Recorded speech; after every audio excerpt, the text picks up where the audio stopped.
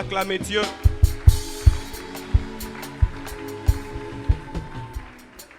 Tu n'as pas acclamé pour Dieu. Je vais te dire pourquoi tu vas. Est-ce que tu peux fortement acclamer pour Dieu?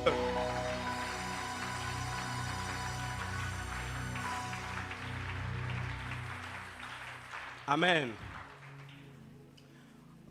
On raconte une histoire. Un homme de Dieu était invité dans une église. Les cultes devaient commencer à 16h. Il est arrivé bien avant. Et quand il arrive dans cette église, il ne trouve personne. Il appelle les pasteurs qu'il avait invités. Il lui dit, mais je suis déjà à l'église, il n'y a personne. Il lui dit, les gens chez nous arrivent avec retard, patiente, ils vont arriver, moi-même je suis en route. Alors, il profite de ces minutes, il commence à prier. Il dit à Dieu, tu sais que c'est ma première fois, assiste-moi. Quand il a dit, tu sais que c'est ma première fois d'être dans cette église, Dieu lui a dit, moi aussi c'est ma première fois. Mais ici chez nous, ce n'est pas la première fois. Est-ce que nous pouvons acclamer cette présence de Dieu qui est dans cette maison? Amen. Je suis en train de regarder l'heure. Je ne sais pas si je vais finir mon message. Mais si on a prophétisé sur toi, toi tu as intérêt à rester jusqu'à la fin. Si on a prophétisé sur toi, toi tu as intérêt à rester jusqu'à la fin. Amen. Que Dieu nous bénisse abondamment. J'ai béni Dieu pour l'opportunité, la grâce et la faveur qui m'a fait de me retrouver encore du haut de cet hôtel. J'ai béni aussi la vie de mon père, Papa Paulin. Papa, que Dieu vous bénisse. Merci pour la considération. Merci pour cette marque de confiance. Merci aussi à maman, je crois qu'elle est dans la salle. Maman, merci aussi pour vos prières. Merci beaucoup. Merci aussi à maman Chantal. Que Dieu vous bénisse. Bien que j'ai, sans parole de connaissance, le jeudi, dès qu'il est 21h, dès que mon téléphone vibre, je sais que c'est maman Chantal. Berger, je n'ai pas encore vu le message dans le groupe. Que Dieu vous bénisse, maman. Merci aussi à Papa Carlos. Que Dieu vous bénisse. Que Dieu te bénisse, toi aussi qui es là ce soir. Alors très rapidement, je nous demande à nous tenir debout. Nous allons lire la parole de Dieu dans Hébreux chapitre 6, le premier verset. Hébreux chapitre 6, le premier verset. Je lis dans la version Sommaire. Il est écrit, « C'est pourquoi ne nous attardons pas aux notions élémentaires de l'enseignement relatif au Christ. Tournons-nous plutôt vers ce qui correspond au stade adulte, sans nous remettre à poser le nouveau fondement. » Amen. Est-ce que nous pouvons reprendre nos places? Rapidement, j'ai lu cette écriture dans la version Louis II. Il est écrit, « C'est pourquoi, laissant les éléments de la parole de Christ, tendons à ce qui est parfait. » C'est pourquoi, laissant les éléments de la parole de Christ, tendons à ce qui est parfait. Alors, je commence par deux informations. Pour d'autres, ça sera des informations. Pour d'autres, ça sera un rappel. La première information, c'est que la Bible, c'est un livre de jumelage. La Bible, c'est un livre de jumelage. C'est que vous allez comprendre qu'il y a des versets dans la Bible qui interprètent d'autres versets. Il y a des livres qui expliquent d'autres livres. Et plus tard, je vais revenir sur cette information et nous allons comprendre. Et la deuxième information, c'est que lorsque vous voulez comprendre une écriture, vous voulez comprendre une pensée, un livre, vous devez chercher le mot qui décode en fait la pensée dans les livres. Lorsque vous êtes dans un chapitre et que vous voulez comprendre ce que Dieu est en train d'annoncer dans ce chapitre, vous devez chercher dans ce chapitre le mot-clé. Et c'est à partir de ces mots que vous pouvez décoder le chapitre et le comprendre. Et c'est comme ça que par cette information, j'aimerais nous dire que dans la Bible, lorsque vous cherchez maturité spirituelle, nulle part où vous allez trouver ce mot écrit telle maturité spirituelle. Nulle part dans la Bible, vous allez trouver c'est écrit noir sur blanc, maturité spirituelle. C'est à partir d'un autre mot que nous arrivons à définir la maturité spirituelle. Et la maturité spirituelle dans la Bible elle est traduite par un mot grec. Par un mot grec, téléos. Téléos qui s'écrit comme télé, et puis vous ajoutez I-O-S. C'est à partir de ces mots qu'on traduit ou qu'on a traduit la maturité dans la Bible. Et ce mot grec téléos fait intervenir certaines notions à partir desquelles on a défini la maturité. Et parmi ce mot, il y a par exemple comme le mot parfait que nous venons de lire dans Hébreux chapitre 6. Il y a le mot comme accompli, il y a le mot comme achevé, il y a le mot comme grandir. C'est-à-dire c'est à partir de ce mot qu'on a eu à définir la maturité spirituelle. Amen. Alors, l'écriture que nous venons de lire ici dans Hébreux chapitre 11, au fait, l'auteur est en train de parler aux chrétiens juifs qui traînaient encore les pas. Ils avaient reçu l'enseignement, mais le problème avec ces gens, c'est que non seulement ils n'ont pas progressé, c'est qu'ils ont oublié l'enseignement qu'ils avaient reçu. Lorsque vous lisez dans Hébreux chapitre 5, le verset 12, l'auteur aux Hébreux est en train de dire « Vous qui devrez être de maîtres, vous avez besoin qu'on vous enseigne encore. » C'est-à-dire qu'on revienne encore sur les mêmes choses. On les avait enseignés, mais ils avaient oublié. Le problème, ce n'est pas qu'ils n'ont pas seulement progressé, mais ils ont oublié même les choses qu'on les avait enseignées. C'est pourquoi il dit, vous avez besoin qu'on vous enseigne encore. Et au verset 6, il est en train de dire, c'est pourquoi laissant les éléments de la parole de Christ, tendons à ce qui est parfait. C'est pourquoi laissant les éléments de la parole de Christ, tendons à ce qui est parfait. Alors je vais parler dans mon introduction de ce mot perfection ou de ce qui est parfait. Le mot employé ici n'est pas une doctrine sans péché. Le mot perfection employé ici n'est pas une doctrine sans tâche. Mais le mot perfection employé ici désigne un état avancé de connaissance et de piété chrétienne. Le mot perfection employé ici désigne un état avancé de connaissance. Ce qu'il était en train de les appeler à aller encore dans la profondeur en ce qui concerne la connaissance de Christ. Et l'intention de l'auteur dans le livre aux Hébreux n'est pas de discuter sur les doctrines les plus élevées et les moins élevées. Lorsqu'il est en train de dire, laissons les éléments de la parole de Christ, tendons à ce qui est parfait, le but ici, ce n'est pas de discuter sur les notions moins élevées et les notions élevées, sur les doctrines plus élevées et les doctrines moins élevées. En fait, le but ou l'intention ici était de mettre le juif ou les chrétiens juifs à l'abri de l'apostasie. Le but ici, c'était de le mettre à l'abri du danger. Le but, c'était de le mettre à l'abri de fausses doctrines. C'était au fait ça le but. Alors, pour ce soir, je vais nous parler sur un thème que j'ai intitulé les 3 dimensions de la maturité. Amen. Parce que jusque-là, je n'ai pas encore défini la maturité, mais c'est à partir de chaque dimension que je vais définir la maturité.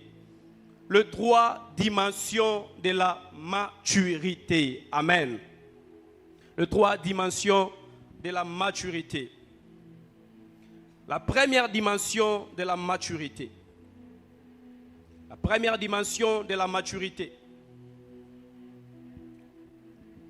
Pour ceux qui écrivent la première dimension de la maturité, vous écrivez être à l'image et à la ressemblance de Christ.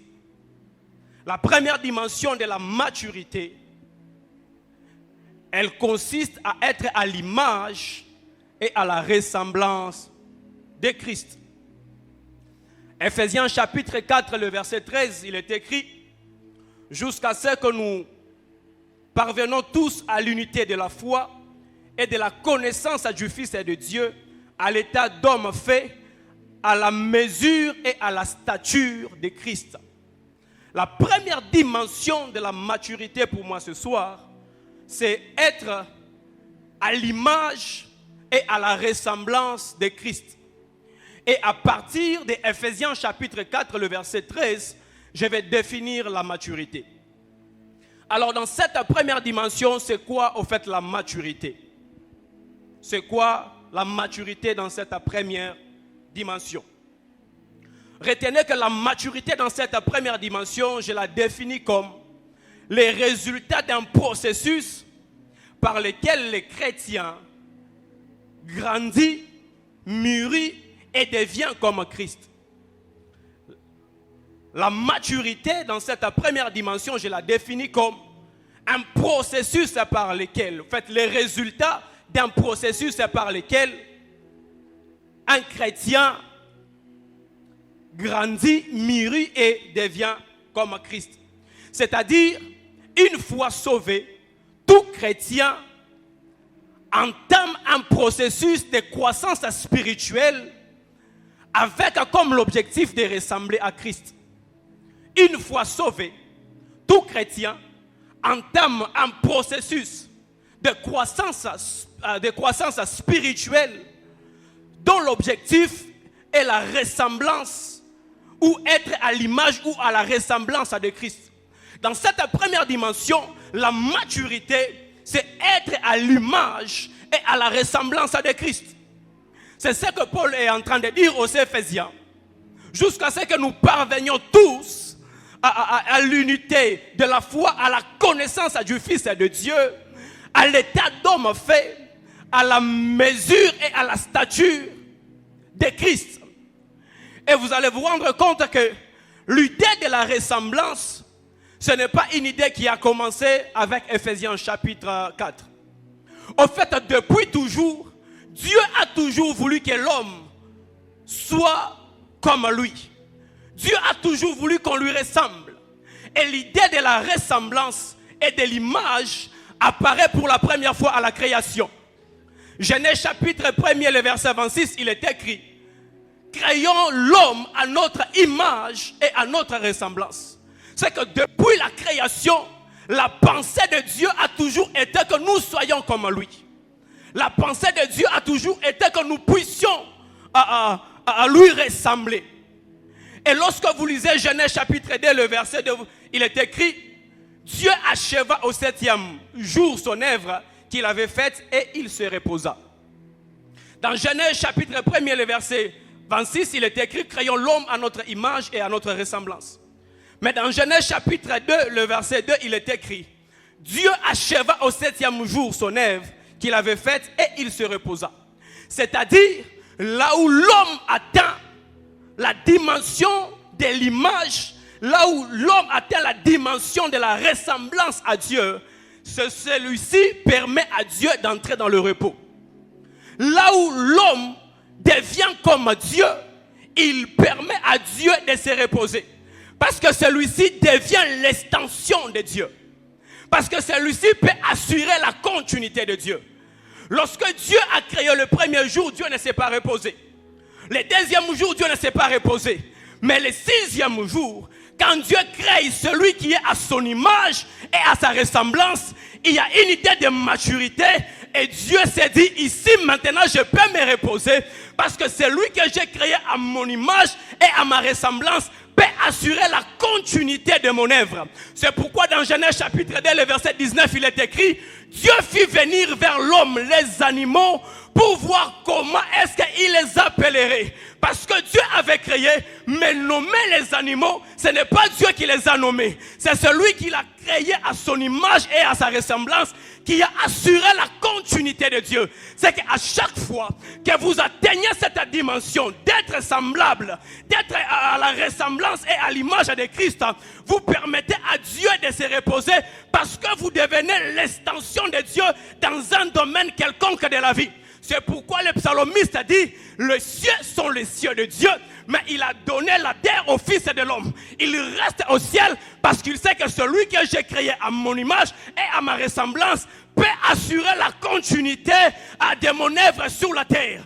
Ce soir, je suis en train de t'appeler à la maturité, à être à l'image et à la ressemblance de Christ, pour que tu assures la continuité de Dieu dans un domaine quelconque de ta vie. Au fait, tu n'es pas en train de dominer encore dans ta famille. Pourquoi? C'est parce que tu n'as pas encore atteint l'image. Tu n'as pas encore atteint la ressemblance à Christ. Lorsque tu vas atteindre cette dimension, au fait, Dieu va se reposer et c'est toi qui vas assurer la continuité. Amen. La Bible dit ceci dans Luc chapitre 6, le verset 40. Les disciples n'est pas au-dessus de son maître, mais tout disciple accompli est comme son maître. C'est-à-dire tout disciple qui atteint l'image, qui atteint la ressemblance du maître, devient comme le maître. Et quand le disciple devient accompli, il peut permettre au maître de se reposer parce que lui peut assurer la continuité. C'est qui ces disciples accomplis qui peut assurer la continuité? 1 Roi chapitre 19. La Bible dit, Dieu a dit à Élie, voici tu vas oindre Azaël, roi sur Syrie. Tu oindras Jéhu, roi sur Israël, et tu oindras Élisée, prophète à ta place. Amen. Tu oindras Élisée, prophète à ta place. Lorsque vous lisez la Bible, vous allez vous rendre compte d'une chose, c'est que Dieu, en fait, plutôt, Élie n'a jamais oint Jéhu. Élie n'a jamais oint Jéhu. Élie a oint Élisée. C'est Élisée dans 2 Rois chapitre 9 qui est venu oindre Jéhu. C'est-à-dire les disciples accomplis. Il a assuré la continuité de la mission d'Élie sur la terre. C'est que le maître n'a pas fait, parce que lui il est un disciple accompli. Il est venu achever ce que le maître devait faire. Je suis en train de t'appeler ce soir à atteindre cette dimension du disciple accompli, que tu sois à l'image et à la ressemblance de Christ. C'est comme ça que tu deviendras l'extension des yeux dans ta famille. Et la sorcellerie ne peut pas jouer dans ta famille, parce que toi étant un homme à l'image et à la ressemblance de Christ, tu seras en train d'agir comme Christ. Tu seras en train d'opérer comme Christ. Amen. Être à l'image et à la ressemblance de Christ. Toujours dans cette première dimension, des aspects dans lesquels nous devons ressembler à Jésus. Des aspects dans lesquels nous devons être à l'image de Christ. Le premier aspect, c'est l'aspect agneau. Et le deuxième aspect, c'est l'aspect lion.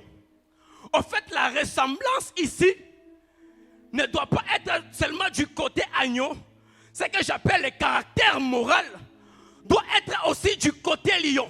C'est-à-dire la maturité, c'est quand on ressemble à Christ dans ses deux facettes. C'est quand on ressemble à Christ comme agneau, et c'est quand on ressemble à Christ comme lion. Et Pierre a atteint ces deux dimensions. Lorsque vous lisez la Bible, lorsqu'il est dans la cour, il est en train de nier Christ. Mais la servante lui a dit, même ton langage témoigne que tu es son disciple. Il a ressemblé Christ dans sa dimension de l'agneau. Mais il a aussi ressemblé Christ dans sa dimension de lion. La Bible déclare dans Actes chapitre 9, Tabitha est morte et on appelle Pierre. Lorsque Pierre arrive dans cette maison, il doit prier pour que Tabitha revienne à la vie. Il se rappelle de l'épisode de Marc chapitre 5. Lorsque Jésus est dans la maison de Jairus, la Bible dit, il a mis tout le monde dehors et il a dit à cette fille, jeune fille, lève-toi. Et Pierre aussi, il a reproduit le même scénario. Il a demandé à tout le monde de sortir et il a dit, Tabitha, lève-toi. Atteindre cette dimension où vous ressemblez à Christ dans sa dimension de l'agneau, mais vous le ressemblez aussi dans sa dimension, au fait, dans sa dimension du lion. Au fait, qu'est-ce que vous devez faire pour ressembler à Christ dans ces deux dimensions? 1 Corinthiens chapitre 3, le verset 18. La Bible dit ceci. Nous tous, les visages découverts, contemplons dans un miroir la gloire du Seigneur. Nous sommes transformés à la même image de gloire en gloire. Nous sommes transformés à la même image de gloire en gloire. En fait, l'image qui doit se former en toi dépend de l'image que tu es en train de contempler dans le miroir. Amen. L'image que tu dois produire en toi dépend de l'image que tu es en train de contempler dans le miroir. Ce soir, je ne sais pas, l'image de Christ que tu vas contempler dans le miroir. Il y a quelqu'un qui doit contempler cette image comme un lion parce qu'il doit prendre des décisions. Il doit prendre l'autorité en annulant certains décrets maléfiques dans sa vie. Tout dépend de l'image que tu es en train de contempler dans le miroir. Ce soir, je ne sais pas l'image que tu vas contempler, mais je suis en train de te dire que Jésus-Christ, au jour de sa chair, il a prié pour les paralytiques et ils ont marché. C'est que si tu contemples cette image, il est possible aussi que tu fasses la même chose. Il est écrit que Jésus-Christ, roi du Saint-Esprit, allait de lieu à lieu en faisant du bien. C'est que quand tu contemples cette image, il est possible aussi, là où tu es l'extension de Dieu, que tu commences à reproduire la même chose. Quelqu'un dans cette salle est malade. Il est écrit qu'il a prié pour les malades et les malades ont été guéris. Ainsi, ce soir, je suis en train de contempler cette image dans le miroir. Et je suis en train de déclarer pour quiconque est malade dans cette salle. Je déclare qu'au son de ma voix, que l'esprit de la maladie qui se cache derrière ta santé commence à te libérer au nom puissant de Jésus. Jésus-Christ, au jour de sa chair, il a prié pour la délivrance des captifs. Ainsi, c'est l'image que je suis en train de contempler ce soir dans le miroir. Toi, dans cette salle, tu es captif, tu es enchaîné par des liens. Je contemple cette image et je suis en train de la reproduire ce soir dans ce culte. Je déclare sur toi qui est enchaîné, qui est lié. Ce soir que les liens commencent à tomber. Ce soir que les liens commencent à se briser. Ce soir que les liens commencent à te relâcher. Au nom puissant de Jésus. Au nom puissant de Jésus. L'homme à la piscine de Bethesda, il a fait 38 ans. Mais lorsqu'il est arrivé, il a parlé et cet homme s'est tenu debout. Ainsi, je suis en train de contempler cette image. Toi qui as un problème qui date, toi qui as un souci qui date, toi qui as une préoccupation qui date, je suis en train de déclarer ce soir, parce que c'est l'image que je contemple, je déclare ce soir que cette situation qui a duré, que cette situation qui a perduré, commence à lâcher prise dans ta vie, au nom puissant de Jésus. Alors que je suis en train de parler, je ne sais pas l'image que tu es en train de contempler. Mais je demande que tu regardes dans le miroir. Cherche une image par rapport à ton problème. Adopte cette image et commence à proclamer cela. Parce que tu es l'extension de Dieu. Amen. Je vais vous dire une chose. Lorsque Jésus arrive, il guérit le fou de Gadara. Le fou de Gadara, il habitait les cimetières. Il vivait dans les cimetières. C'était là sa demeure.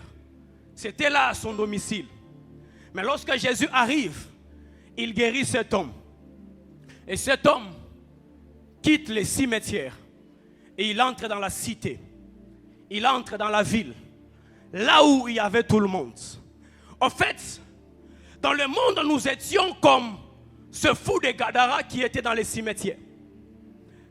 Et dans les cimetières, il y avait le tombeau. Mais Satan, malgré qu'il avait mis cet homme sous l'emprise démoniaque, dans les cimetières où cet homme vivait, il y avait des tombeaux. Mais Satan n'avait jamais réussi à enterrer cet homme. Il vivait dans les cimetières. Mais Satan n'avait jamais réussi à enterrer cet homme. Ce soir, comme un disciple accompli, j'aimerais annuler un décret de la mort sur toi. Tu étais dans le monde. Tu ne connaissais pas Christ. Là, Satan avait échoué de te tuer. il avait échoué de t'enterrer. Ce n'est pas maintenant que tu n'habites plus les cimetières qu'il aura la capacité de te prendre et de t'enterrer. Du haut de cet autel, je suis en train d'annuler les décrets de la mort qui pesaient sur toi.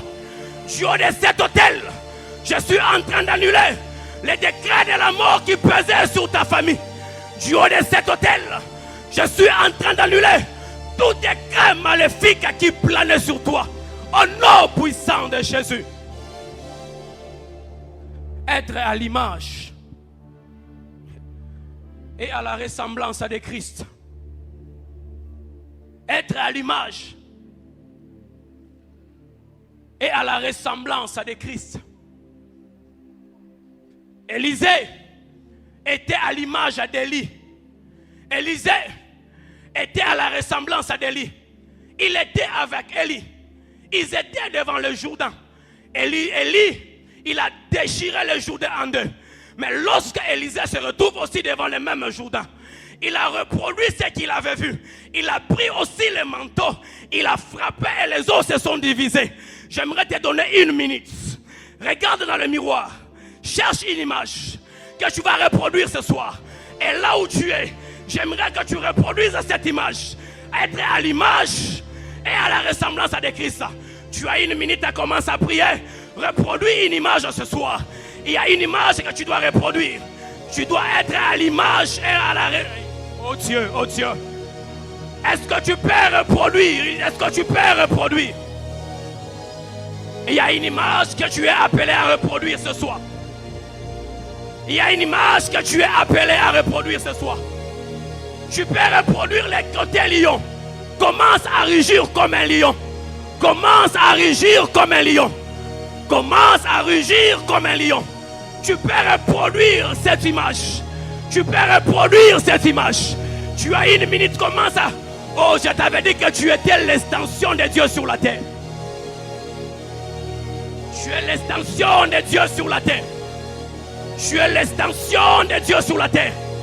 La maturité, c'est être à l'image et à la ressemblance de Christ. La maturité, c'est être à l'image. Il a vaincu la mort. Tu peux vaincre la mort. Il a vaincu la mort. Tu peux vaincre la mort. Il a prié pour des malades. Tu peux refuser la maladie. Tu peux refuser la maladie. Tu peux refuser la maladie. Tu peux chercher, oh Dieu.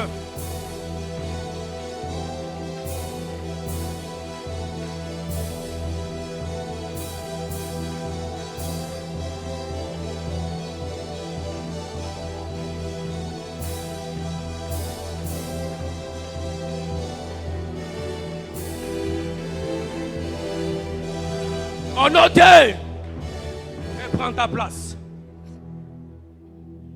Être à l'image et à la ressemblance de Christ. Cette thématique est venue pour que nous puissions changer notre manière de voir.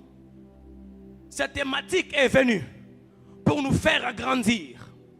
Nous devons ressembler à Christ dans sa dimension de l'agneau, le caractère moral. Toute la semaine passée, on nous a parlé autour de ça. Mais nous devons aussi les ressembler dans sa casquette d'agneau. Ce soir, contemple une image dans le miroir et tu seras transformé à la même image. Lorsque tu vas rentrer chez toi dans la maison, lorsque tu vas rentrer en famille, tu peux choisir une image et tu peux dire aujourd'hui, lorsque je serai dans ma famille, ça sera la fin de telles choses. Ça sera la fin de ce système qui a bloqué tout un peuple. Tout dépend de ce que tu vas, où tu es en train de contempler dans le miroir. Le temps n'est pas avec moi. Je vais rapidement aller toucher la deuxième dimension ici. Je ne vais pas beaucoup m'attarder. Alors je ne vais pas lire le passage ici. Je vais nous expliquer le contexte et je vais définir la maturité dans cette deuxième dimension. La deuxième dimension de la maturité ici, je vais parler de la maturité dans l'exercice des dons de grâce. La maturité dans l'exercice des charismes. C'est ici que je vais parler de la deuxième dimension. Alors, je ne vais pas tarder ici. Mon écriture, c'est dans Matthieu chapitre 14, le verset 25 à 29. Matthieu chapitre 14, 25 à 29. C'est l'histoire que nous connaissons tous, l'histoire de Pierre qui est en train de marcher sur les eaux. Le contexte était tel que les disciples avaient précédé Christ. Et il est écrit que la barque était un peu loin de lui. Et il a commencé à marcher. Et il était en train d'aller là où se trouvaient les disciples. Et la Bible dit que les disciples, ils étaient effrayés. Ils étaient en train de crier. Ils disaient que c'était un fantôme. Christ a dit, ce n'est pas un fantôme, c'est moi. Et Pierre, là où il était, il lui a dit, si c'est toi, ordonne que j'aille vers toi. Christ lui a dit, viens. Et Pierre a quitté la barque. Il a commencé à marcher. Et il allait vers Christ. Alors ici, j'aimerais que vous puissiez me répondre. J'ai besoin de quelqu'un à la chorale. Un frère, rapidement. Quelqu'un? J'ai besoin de quelqu'un à la chorale. Vous pouvez venir rapidement. Vous pouvez vous arrêter là. Tenez-vous là. Alors j'aimerais que vous puissiez me répondre par rapport à cette scène. Bon, lui c'est Pierre, moi c'est Jésus. Il doit quitter la barque. La chorale là-bas, c'est la barque. Il doit quitter la barque et il doit venir où moi je suis. Je suis en train de parler de la maturité dans la deuxième dimension, dans l'exercice de don de grâce. Vous pouvez faire 2 pas. La première question. Quand Pierre est en train de marcher, il marche en direction de qui? Il marche en direction de Jésus. La deuxième question. Quand Pierre marche, en fait, marcher sur l'eau, c'est un miracle ou ce n'est pas un miracle? Mais quand est-ce que le miracle se produit? C'est quand Pierre est en train de marcher vers Jésus. La maturité dans l'exercice de don, c'est lorsque ceci nous amène vers Christ. S'il y a manifestation des dons spirituels et que dans l'exercice de ce don, l'on ne voit pas Christ, c'est qu'il n'y a pas maturité et ce n'est pas un miracle. Tout miracle, il y a maturité dans le miracle. Lorsque le miracle nous rapproche encore de Christ, il était en train de marcher sur l'eau, mais il était en train d'aller vers Christ. C'est que là où les dons de grâce sont exercés et Christ n'est pas révélé, il n'y a pas maturité. Vous pouvez rentrer à votre place. Là où les dons de grâce sont manifestés et que Christ n'est pas révélé, il n'y a pas maturité. La maturité, c'est lorsque les dons de grâce sont exercés. Mais lorsqu'ils sont exercés, nous pouvons voir Christ. Dans Actes chapitre 3, la Bible dit ceci. À l'entrée du temple, il y avait un homme qui était là assis. C'était un paralytique qui était là-bas, un boiteux qui était là-bas. Et la Bible dit, Pierre et Jean, ils étaient en train de monter au temple. Et lorsqu'ils arrivent, ils demandent l'aumône. Ils n'ont pas donné l'aumône. Et Pierre a dit, je n'ai ni or ni argent. Ce que j'ai, je te le donne. La Bible dit au verset 11, comme ils ne quittaient pas Pierre et Jean, comme ils ne quittaient pas Pierre et Jean, tout le peuple étonné accourut vers eux au portique dit de Salomon. Pierre voyant que cela dit au peuple, Pierre voyant cela, il dit au peuple, hommes israélites, pourquoi étonnez-vous de cela? Pourquoi avez-vous les regards fixés sur nous? Comme si c'était par notre propre puissance ou par notre piété que nous eussions fait marcher cet homme. Et c'est que quand ils sont en train de dire, ils étaient en train de vouloir révéler Christ. Et le verset 13, la Bible dit, le Dieu d'Abraham, d'Isaac et de Jacob, le Dieu de nos pères a glorifié son serviteur Jésus. Ils ont révélé Christ dans ce qui venait de se reproduire. Et lorsque vous lisez la Bible, cet homme qui était à l'entrée du temple, lorsqu'il reçoit son miracle, la première réaction, c'est de courir, c'est de marcher. La Bible dit, il est entré dans le temple, il a commencé à louer, il a commencé à adorer Dieu. lorsque les dons de grâce sont exercés, est-ce que les gens arrivent à louer Dieu? Est-ce que les gens arrivent à célébrer Dieu? La maturité dans cette dimension, c'est lorsque Christ est révélé. En fait, la beauté d'une prédication n'est pas les révélations. La beauté d'une prédication, c'est quand Christ est révélé. Parce que la Bible est l'album photo de Dieu. La Bible est l'album photo de Christ. De Genèse à Apocalypse, c'est Jésus. La beauté d'une prédication, c'est lorsque Christ est révélé. La beauté dans l'exercice des dons, c'est lorsque les gens sont conduits vers Dieu. C'est lorsque les gens se rapprochent encore de Dieu. Paul le dit dans Corinthiens. Si il survient au milieu de vous un incroyant et que les pensées de son cœur sont révélées, il se mettra à genoux, il adorera Dieu. La question que nous devons nous poser ce soir, lorsque nous voyons, nous écoutons certaines prédications, lorsque nous voyons l'exercice des charismes dans l'église de notre nation, est-ce que nous nous rapprochons plus de Dieu ou bien nous nous éloignons plus de Dieu? Pourquoi aujourd'hui le prophétique n'est pas accepté? Ce n'est pas parce que Dieu ne parle pas, mais dans la manière d'exercer, l'on ne présente pas Christ. C'est l'homme qui apparaît et c'est comme ça qu'il y a des gens qui commencent à avoir une certaine réticence. Est-ce que le don que tu es en train de demander, la grâce que tu as, lorsque tu prêches, lorsque tu exerces le don, c'est pour rapprocher les gens de qui? C'est pour que les gens te voient toi? Ou bien c'est pour que les gens voient Christ?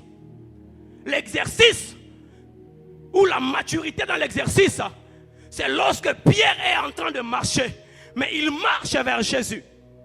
Il marche vers Jésus.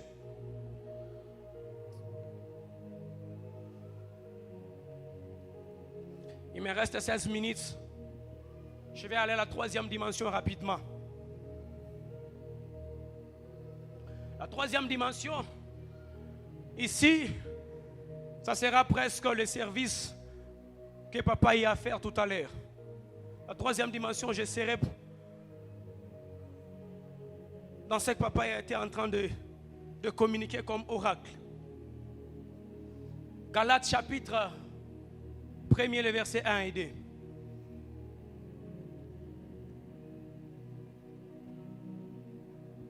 Galates chapitre 4, le verset 1 et 2. Il est écrit: or, aussi longtemps que l'héritier est enfant, je dis qu'il ne diffère en rien d'un esclave, quoiqu'il soit le maître de tout, mais il est sous des tuteurs et des administrateurs jusqu'au temps marqué par les pères. Aussi longtemps que l'héritier est enfant, je dis qu'il ne diffère en rien d'un esclave, bien qu'il soit le maître de tout, mais il est sous des tuteurs et des administrateurs jusqu'au temps marqué par le Père. La maturité dans cette troisième dimension, la dimension de Galates chapitre 4, j'ai défini la maturité ici comme la capacité qu'acquiert un héritier pour entrer en possession de ses bénédictions.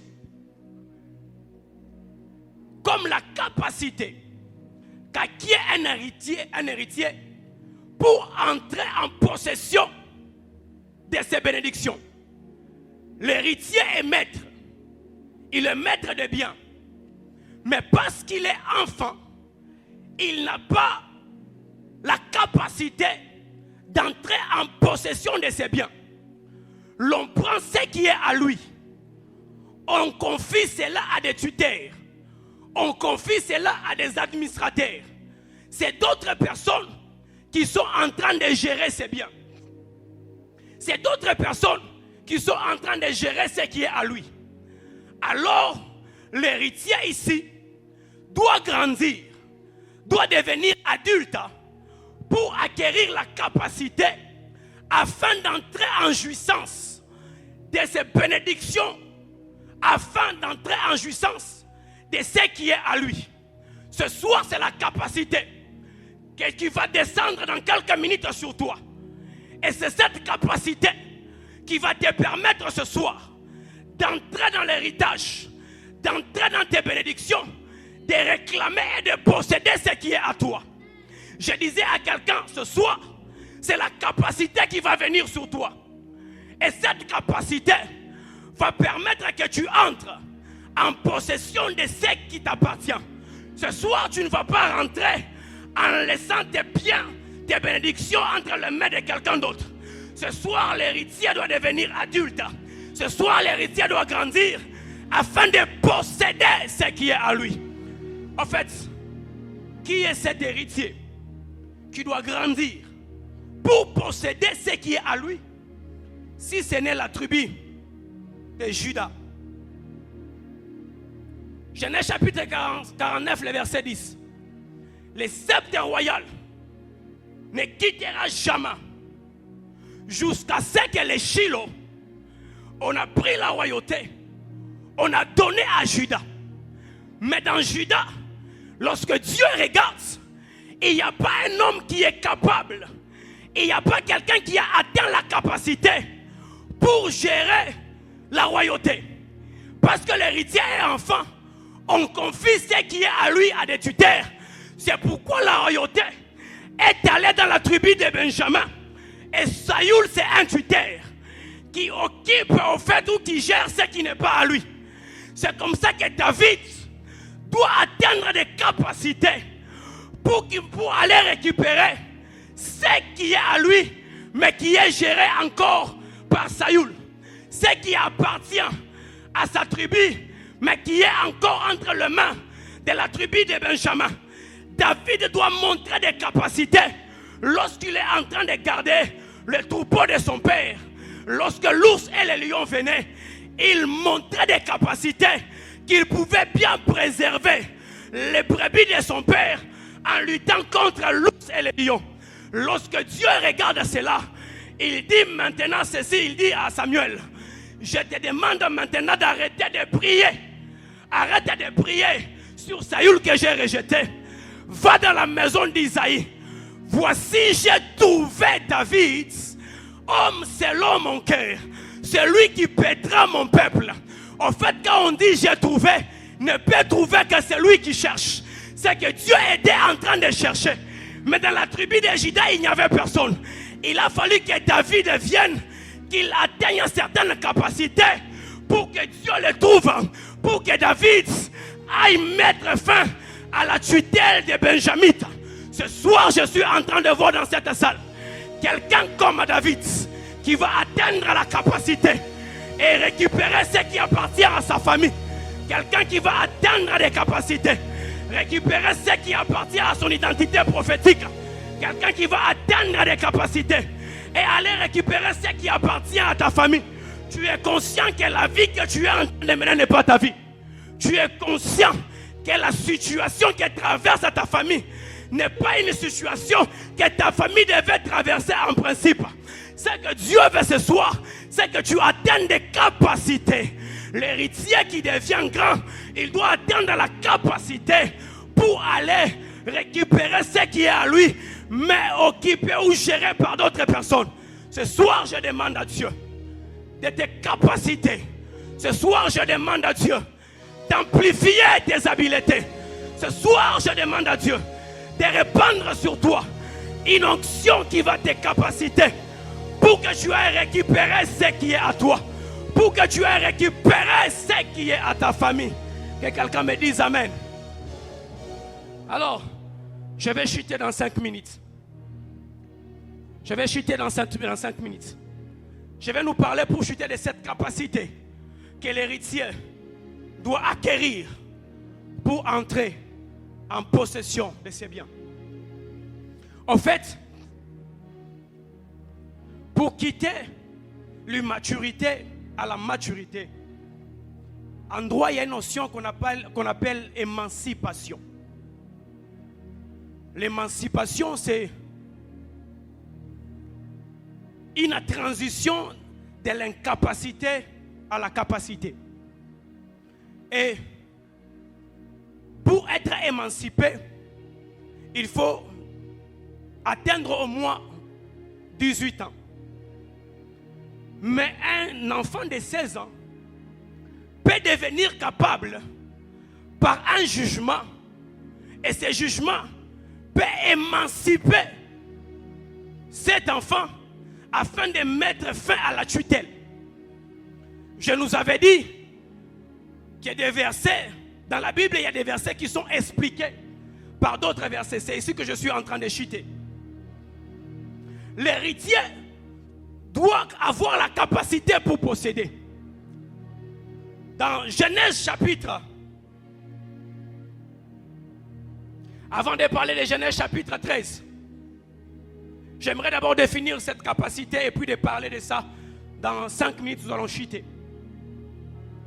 En fait, cette capacité ici, que l'héritier doit acquérir, j'ai nommé cette capacité comme ceci: les activités spirituelles. Amen. C'est par les activités spirituelles qu'un héritier peut acquérir la capacité afin de posséder ce qui est à lui. Je nous donne des exemples et puis nous allons prier.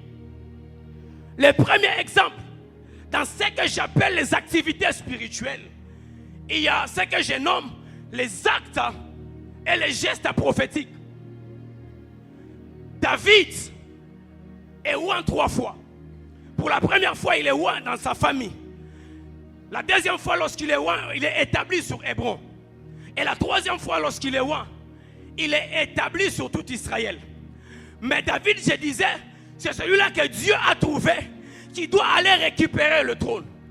C'est qu'il y a un acte qui doit être posé pour que David récupère ce qui est à lui entre les mains de Saül. Et c'est ce que j'ai appelé ici l'acte prophétique. Dans 1 Samuel chapitre 16, David est oint. Et dans 1 Samuel chapitre 17, David est en face de Saül. Et Saül ne sait pas que l'homme en face de qui je me tiens, il est oint pour me remplacer.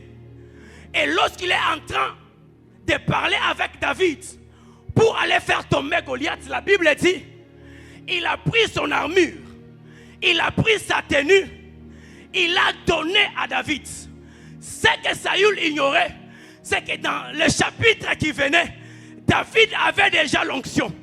Il avait juste besoin d'un acte qui pouvait l'établir comme roi sur Israël.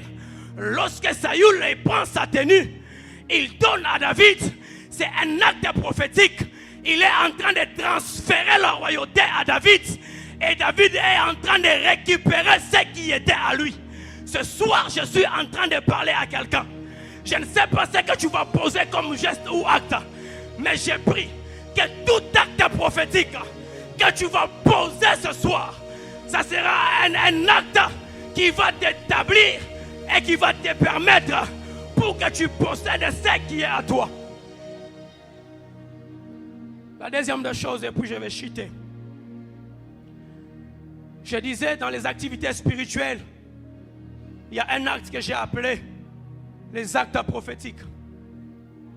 La deuxième des choses, dans les activités spirituelles, la capacité que l'héritier doit acquérir pour entrer en possession de ce qui est à lui, j'ai appelé cela l'intelligence spirituelle ou l'illumination de l'esprit. Lorsque vous avez l'intelligence spirituelle ou l'illumination de l'esprit, vous pouvez récupérer ce qui est à vous par la compréhension des choses. Par la compréhension des choses. Alors je vais finir en expliquant l'intelligence spirituelle que l'héritier doit acquérir pour aller posséder ce qui est à lui. L'intelligence ou l'illumination spirituelle. Genèse chapitre 13, le verset 15. Dieu dit à Abraham, les pays que tu vois, je te les donne. En fait, le pays que Dieu était en train de parler, c'était le pays de Canaan. Dieu dit à Abraham, les pays que tu vois, je te les donne. Mais le pays que Dieu donne à Abraham, il est occupé, il est habité. Mais Dieu dit à Abraham, je te les donne. C'est que dès l'instant où Abraham reçoit cette promesse, c'est qu'Abraham, c'est un héritier qui est encore enfant. Il doit grandir pour aller posséder maintenant Canaan. Regardez maintenant l'intelligence spirituelle d'Abraham ou l'illumination spirituelle qu'avait Abraham. Dans Genèse chapitre 15, le verset 13, Dieu lui dit, tes descendants seront esclaves dans un pays où seront assujettis pendant combien de temps? 400 ans. Après 400 ans, je vais les ramener sur ce territoire. C'était le territoire de Canaan. Dieu lui donne dans Genèse 13, dans Genèse 15. Dieu lui dit, tes descendants viendront ici après 400 ans. Dans Genèse chapitre 23, Abraham, dans ce territoire où il est, le territoire de Canaan qui ne lui appartient pas encore, il perd sa femme Sarah. Et lorsqu'il perd sa femme Sarah, il se dirige vers les Étiens qui habitaient ce territoire. Il a dit, donnez-moi une terre pour que j'enterre mon mort. On a dit à Abraham que tu es le prince de Dieu. Choisis n'importe quelle terre et enterre ton mort. Abraham, illuminé par l'intelligence spirituelle, il dit, j'ai vu un sépulcre dans les champs de Macpéla qui appartient à Ephron. On a dit à Abraham, d'accord, on te conduit chez Ephron. Lorsqu'il arrive chez Ephron, Ephron lui dit la même chose. À quoi me sert ces champs? Prends-les et enterre ton mort. Abraham, qui a l'illumination ou l'intelligence spirituelle, il dit, je ne prends pas, c'est plus que gratuitement. Fixe-moi un prix. Je vais te donner l'argent pour acquérir ces champs. Ephron ne sait pas que Dieu lui avait dit à Abraham, ces pays, je te les donne. L'héritier doit atteindre la capacité pour posséder. Ici, la capacité, c'est l'intelligence spirituelle. Quand il dit, donne-moi, il dit, ok, tu prends ces champs et donne-moi 400 cycles d'argent. Lorsqu'il dit, donne-moi 400 cycles d'argent, il tombe dans la révélation. Parce qu'il ne savait pas que Dieu avait dit, après 400 ans, je vais ramener ta postérité ici. C'est-à-dire, chaque cycle qu'Abraham était en train de payer à Ephron, c'était une terre qui était en train d'acquérir pour sa postérité. Et c'est par cet acte-là qu'Israël s'est établi. Mais la bonne nouvelle, c'est quoi? En fait, Israël s'est établi à Canaan par les sépulcres de Rachel, plutôt de Sarah. C'est par les sépulcres de Sarah qui est devenu comme un acte qui a soutenu les promesses. Mais le sépulcre de Sarah, c'est un sépulcre qui était fermé. Or, dans Galates, il est écrit l'héritier doit grandir. Et lorsque Paul dit cela, il dit sous la loi, vous étiez des héritiers, mais qui n'avaient pas encore la capacité d'entrer en possession de ce qui est à vous. Parce qu'il n'y avait pas un acte qui vous pouvait vous permettre, vous, d'entrer en possession de ces bénédictions. Et il est en train de dire, c'est pourquoi Christ est venu. Et Christ est mort. Si le tombeau ou le sépulcre de Sarah a donné la possession ou le territoire, a donné le territoire aux enfants d'Israël, c'est que d'après Galates chapitre 5, 4 plutôt, c'est par la mort et la résurrection de Christ que nous, autrefois qui étions héritiers mais esclaves, que nous avons atteint la capacité d'entrer en jouissance de ce qui est à nous ou de ce qui nous appartient. Le tombeau, au fait, de Sarah, c'était un tombeau fermé. Mais le tombeau de Jésus n'était pas un tombeau fermé. Le tombeau de Jésus, c'est un tombeau ouvert. C'est par la mort de Jésus, c'est par la résurrection de Jésus que nous avons atteint la capacité de posséder, que nous avons atteint la capacité de posséder, que nous avons atteint la capacité d'entrer en contact ou en possession de ce qui est à nous. Le temps n'est pas mon allié, que Dieu bénisse sa parole.